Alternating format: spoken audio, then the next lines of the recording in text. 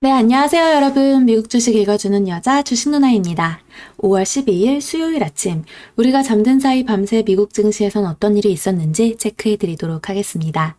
이날 뉴욕 증시는 인플레이션 우려가 지속되면서 3대 지수 모두 하락했습니다.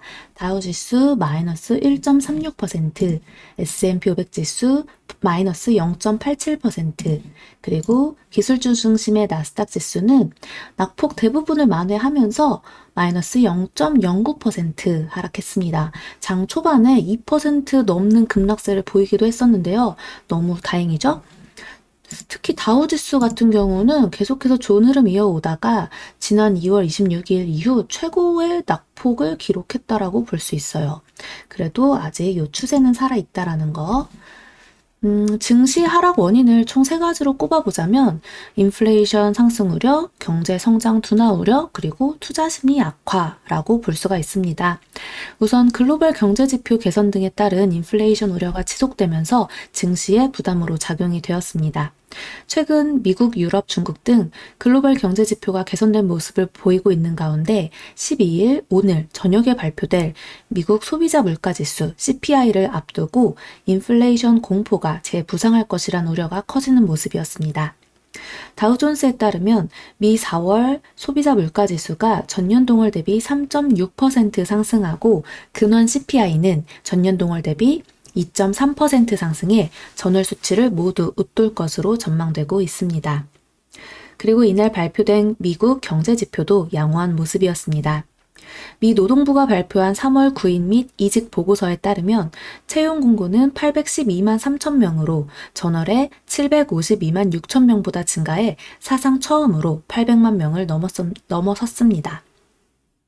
전미자 영업연맹이 발표한 4월 소기업 낙관 지수는 전월 98.2포인트에서 99.8포인트로 상승해 47년 평균인 98포인트 선을 상회했습니다만 시장 예상치인 101.1포인트는 밑돌았습니다. 페드 위원들은 인플레이션 압력에 대응할 준비가 돼 있다면서도 일시적인 수준에 그칠 것이라는 기존 입장을 유지했습니다. 라엘 브레이너드 페드 이사는 고용이 계속 늘고 인플레이션 압력이 높아질 것으로 예상하지만 인플레이션은 지속되지 않을 것이다 라고 밝혔죠.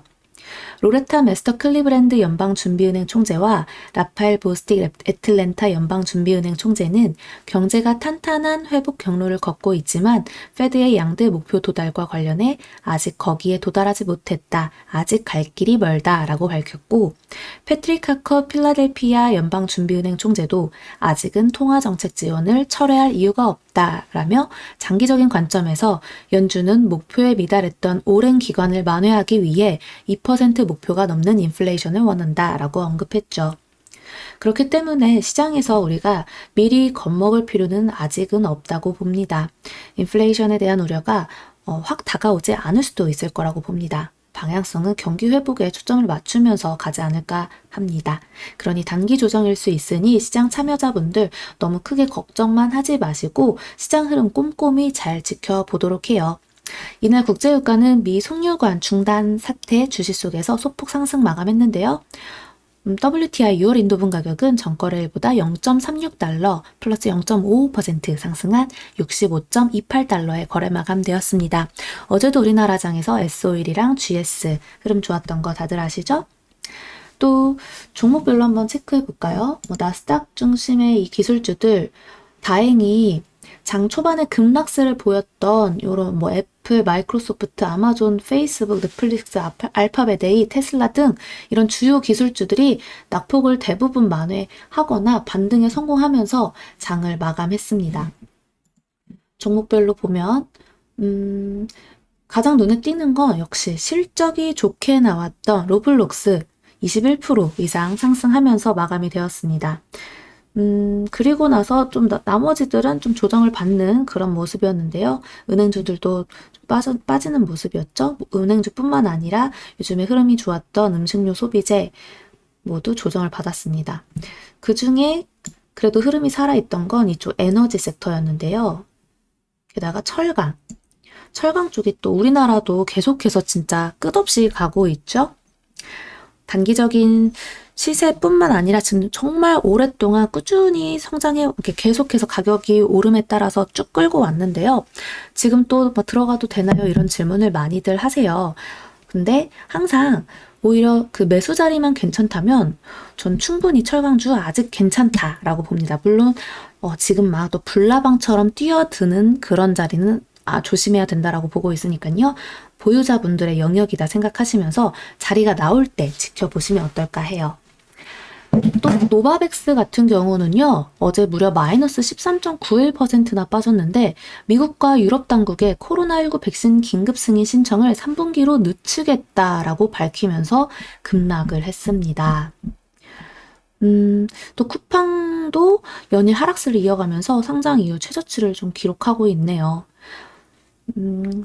네, 조금 아쉽네요. 괜히 쿠팡도 많이 참여한 종목으로 알고 있는데, 네, 어제 우리나라장 같은 경우 코스피에서는요, 기관 외국인이 3조가 넘게 매도를 했었죠. 그럼에도 불구하고 우리나라 개인 투자자들 모두 다 받아내면서 지수 나름대로 견고하게 끝나게 했습니다.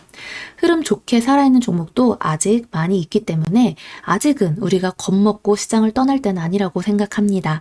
어제도 결국 반도체나 전기차 쪽에서 물량이 많이 출하됐던 거지 경기 민감주들은 흐름이 아주 강했었습니다. 그러니 섹터별로 비중 관리 꼭꼭 잘 하면서 끌고 가시기를 추천드릴게요. 어제 우리나라장에서 또 오랜만에 남북 경협주들, 대북주라고 하죠. 크게 움직이는 모습이었는데요. 우리 며칠 전 라이브 방송에서도 여러 번 공부한 적이 있어요. 아난티, 데아티아이, 현대리베이, 현대로템 등 오늘도 이어서 단기적인 시세를 줄지 아닐지 체크해봐도 좋겠네요. 오늘 장도 주식 누나가 장중 라이브 1시에 찾아오도록 하겠습니다. 우리 오늘 장도 화이팅 하면서 오늘 미국 증시 마감 브리핑은 여기까지 할게요. 영상 재미있게 봐주신 분들 구독과 좋아요 그리고 알람 설정 댓글도 많이 부탁드립니다. 이상 주식 알려주는 여자 주식 누나였습니다. 또 만나요.